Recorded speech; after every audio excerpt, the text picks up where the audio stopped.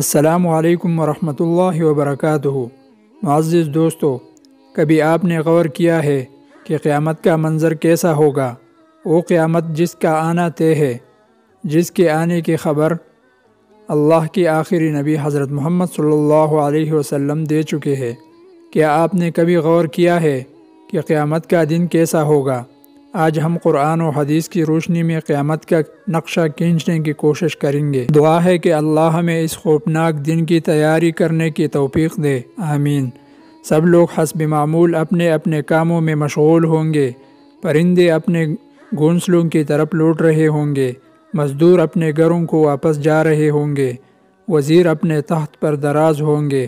یہ سارے حسب معمول کی باتیں ہوں گی، اور قیامت سے پہلے کی شام بھی بالکل عام سی شام ہوں گی۔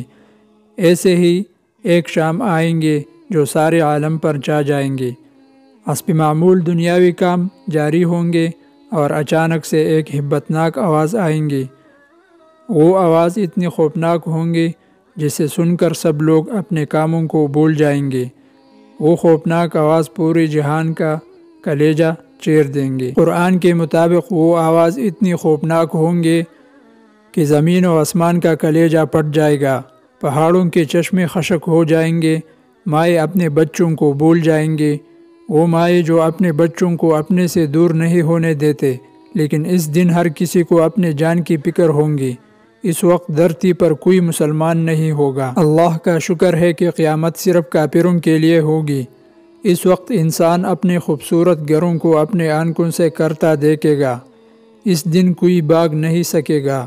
اس دن فرشتے بھی موت کا مزہ چکھ رہے ہوں گے۔ پھر اللہ کی طرف سے آواز آئیں گے، جبرائیل سے کہو مر جائے، میکائیل سے کہو مر جائے، اسرافیل بھی مر جائے۔ یہ سن کر اللہ کا عرش کانپ جائے گا اور کہے گا، یا اللہ، کیا جبرائیل بھی مر جائے، اسرافیل بھی مر جائے، میکائیل بھی مر جائے؟ یا اللہ، ان کو تو بخش دے۔ اللہ تعالیٰ فرمائیں گے، خاموش، آج میرے عرش کے نیچے کوئی بھی نہیں بچ سکتا۔ اب ایک عجیب منظر ہوگا، اوپر اللہ ہوگا، نیچے عزرائیل ہوگا۔ عزرائیل بھی خوف سے کانپ رہا ہوگا۔ اللہ پوچھے گا، عزرائیل، اب کون باقی؟ عزرائیل کہے گا، اے اللہ، اوپر تو باقی، نیچے میں باقی۔ اور پھر اللہ کہے گا، عزرائیل، اب تو بھی مر جا۔ اللہ اکبر۔ سب کو موت کی وادی میں دھکیل کر اللہ فرمائے گا، ہے کوئی میرا شریک تو سامنے آئے، لیکن اس دن کوئی آواز نہیں آئیں گے، بس اللہ ہی باقی ہوگا۔ یہ ہے وہ دن جس کا آنا طے ہے۔ اس لیے معزز دوستو، اس ٹوٹ جانے والی دنیا سے عبرت حاصل کرو اور اس کی حرس چھوڑ دو۔ اس کی دیوانی نہ بنو، کیونکہ اس کی دیوانی کو ذلت کی سوا کچھ نہیں ملے گا۔ اس لیے توبہ کرو۔